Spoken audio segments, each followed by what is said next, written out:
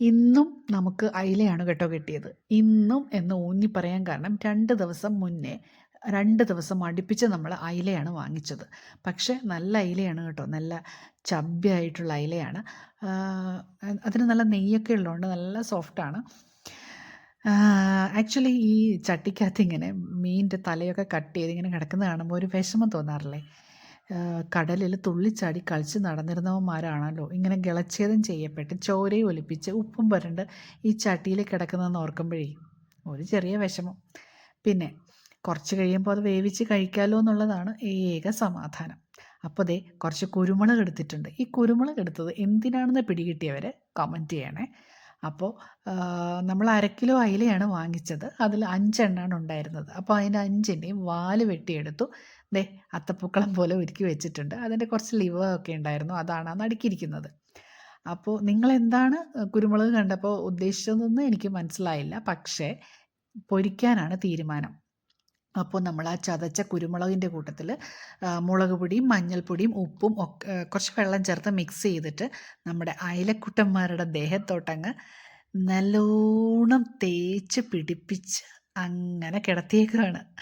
വളരട്ടെ വളരട്ടെ, ഉണ്ണിവാൽ വളരട്ടെ. അത്ര ഉണ്ണിവാലൊന്നുമല്ല കേട്ടോ, അത്യാവശ്യം നല്ല വലിപ്പമുള്ള അയിലയായിരുന്നു. അപ്പോൾ അതവിടെ ഇരുന്ന് കുറച്ച് സമയം ഇരിക്കട്ടെ.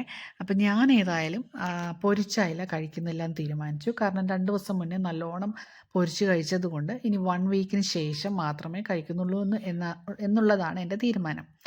അപ്പം ഞാൻ രസം ഉണ്ടാക്കാൻ പോയതാണ്. പക്ഷേ എൻ്റെ തീരുമാനം അങ്ങ് അപ്പം തന്നെ മാറ്റിക്കളഞ്ഞു ഞാൻ. കാരണം വേറൊന്നുമല്ല, പ്രലോഭനം.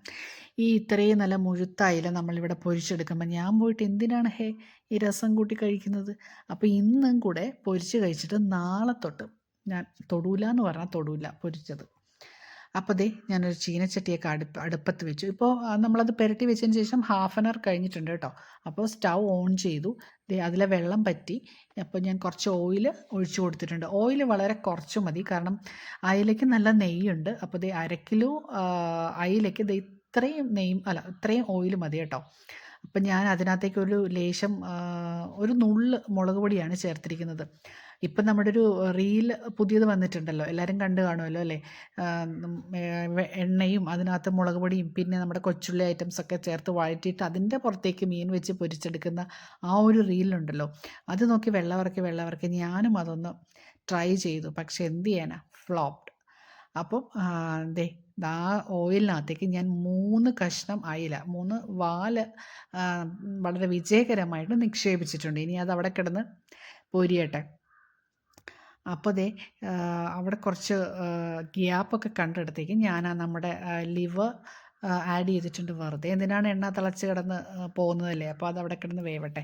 അപ്പോൾ ദേ കുറച്ച് വെളുത്തുള്ളി എടുത്ത് ചെറുതായിട്ട് അരിഞ്ഞിട്ട് അതിൻ്റെ പുറത്തേക്കൊന്ന് തൂവിയിട്ടുണ്ട്. കാരണം ഇത് ചതച്ചിടുന്നതാണ് കേട്ടോ കുറച്ചുകൂടെ ബെറ്റർ. പക്ഷേ അതായത് ഈ മീൻ പൊരിക്കുമ്പോൾ അതിന് കുരുമുളകിൻ്റെയും വെളുത്തുള്ളിയുടെയും ഒക്കെ ആ ഒരു ഫ്ലേവർ മുന്നിട്ട് നിൽക്കുന്നതാണ് എനിക്ക് കുറച്ചുകൂടെ ഇഷ്ടം. അപ്പോൾ ചതയ്ക്കാനുള്ള മടിക്കും സമയമില്ലാതിരുന്നത് കൊണ്ടാണ് ഞാൻ പെട്ടെന്ന് കട്ട് ചെയ്ത് അതിൻ്റെ പുറത്തേക്ക് ഇട്ടത്. ഇത് കണ്ടോ, ഇപ്പം ആ ഒരു അയിലയുടെ ആ ഒരു നെയ്യൊക്കെയാണ് ആ മഞ്ഞ കളറിൽ അങ്ങനെ കിടക്കുന്നത്. അതായത് നമ്മുടെ അയിലയൊക്കെ ഇപ്പോൾ സ്വയം പര്യാപ്തമായിക്കൊണ്ടിരിക്കുകയാണ്. സ്വന്തം നെയ്യ് ഉൽപ്പാദിപ്പിച്ച് അതിൽ കിടന്ന് പൊരിഞ്ഞാണ് അയിലയൊക്കെ പൊരിയുന്നത്. അപ്പം നമുക്കും അത്ര ലാഭം അല്ലേ ഓയിലിനൊക്കെ ഇപ്പം എന്നാ വിലയാണ്.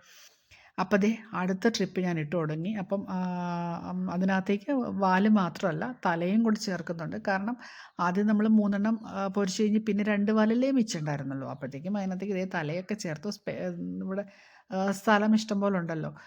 അപ്പോൾ പിന്നെ ഒരു കാര്യം ശ്രദ്ധിക്കണം, നമ്മൾ പിന്നെ ഓയിൽ ഒഴിച്ചിട്ടേ ഇല്ല കേട്ടോ. ആ ആദ്യം ഒഴിച്ച ഓയിലും പിന്നെ ഇതിൻ്റെ നെയ്യും മാത്രമാണ് ഈ കിടക്കുന്നത്.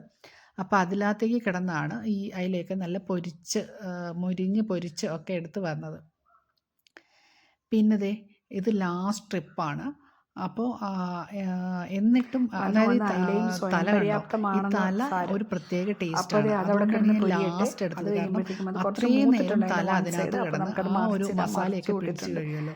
തലയുടെ ആ ഒരു കണ്ണും ആ ഒരു പോർഷനും കടിച്ച് കഴിഞ്ഞാൽ നല്ല ടേസ്റ്റാണ്. അയിലത്തല അളിയനും കൊടുക്കില്ലെന്നാണ് ഇപ്പോൾ എനിക്ക് ദേ കോമ്പറ്റീഷൻ ലേശം എണ്ണ കളിയൊന്നുമില്ല, ഇപ്പം അതുകൊണ്ട് കുഴപ്പമില്ല. ഇതെല്ലാം പിന്നെ അത് കംപ്ലീറ്റ് ഇത്രയും ആയി. പൊരിച്ച് കഴിഞ്ഞപ്പോഴും ഒരു അതിനുശേഷം ലേശം എണ്ണ ഒരു ലേശം മിച്ചമുണ്ട് എണ്ണ അതിനകത്ത്. അതിനകത്ത് മിച്ചം വന്നുണ്ടോ? പക്ഷേ അതിനകത്ത് ചോറിട്ട് നമുക്ക് പുരട്ടി അതുകൊണ്ട് പക്ഷേ കഴിക്കാം. അതിനകത്ത് പക്ഷേ ഞാൻ വേണമെങ്കിൽ ഇത്തവണ ചോറിട്ട് പുരട്ടി കഴിക്കുന്നില്ല. കഴിഞ്ഞ കഴിക്കാമായിരുന്നു. ദിവസം പക്ഷേ ഞാൻ കഴിഞ്ഞ കഴിച്ചതല്ലേ ദിവസം ഉള്ളൂ, കഴിച്ചത് കൊണ്ടും അതിൻ്റെ ഇന്ന് ക്ഷീണം പൊരിച്ച ഒന്ന് മീൻ മാറിക്കോട്ടെ എന്ന് കഴിക്കുന്നത് കൊണ്ടും വിചാരിച്ചു. ഞാൻ ആ അപ്പോൾ ദേ അയില ഉദ്യമത്തിന് എല്ലാം മുതിരുന്നില്ല. പൊരിച്ചതെല്ലാം എടുത്ത് അപ്പം എങ്ങനെ പ്ലേറ്റിലാക്കി കഴിക്കുമല്ലേ? വെച്ചിട്ടുണ്ട്. അപ്പോൾ നിങ്ങളല്ല ഇങ്ങനെ ഞാൻ. കഴിക്കുമല്ലേ?